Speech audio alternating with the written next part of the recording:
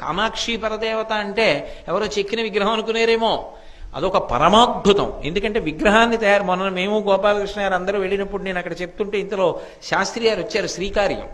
వారిని నేను అడిగాను కూడా, ఏమంటే నీ చెప్పింది సత్యమేనా అంటే, అయ్యో పరమసత్యం అండి అని చెప్పారు చల్లా విశ్వనాథ శాస్త్రి గారు. ఎక్కడైనా దేవాలయంలో విగ్రహం చేస్తే కింద నుంచి రంధ్రం పెట్టి గురుజులోకి దింపుతారు, విగ్రహం కదలదిహ.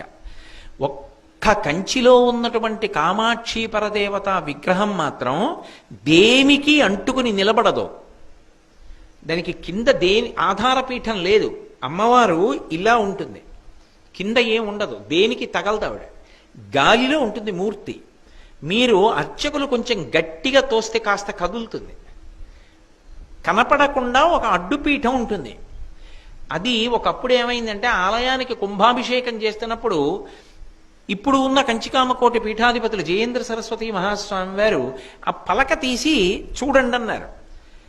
ఏమి లేదు, అమ్మవారు ఆధారం లేకుండా ఉంది, ఇలా గాలిలో తేలుతోంది విగ్రహం. ఆయన చూసి ఆశ్చర్యపోయి కొద్దిగా పైకెత్తండి అన్నారు. 4 వైపులా పట్టుకుని కొంచెం ఇలా అన్నారు. ఒక్క అరంగుళం పైకి లేచింది అంతే. ఇలా లేచింది అంతే, కుంభవృష్టి కురిసేయడం మొదలెట్టింది కాంచీపురం అంతా. అస్సలు ఉత్తర క్షణం మీరు నన్ను నమ్మండి అంతే, నేను అంతగా కోటేశ్వరరావు గారు అబద్ధాలు ఆడాడు అని మీరు అనుకుంటే మీరు కాంచీపురం వెళ్ళి కనుక్కోండి. పోనీ కామకోటి పీఠాధిపతుల దాకా వెళ్ళలేమంటే శ్రీకార్యం చల్లా విశ్వనాథ శాస్త్రి గారు అక్కడే ఉంటారు 3వ ఇంట్లో, మీరు వెళ్ళి అడగండి విశ్వనాథ శాస్త్రి గారిని.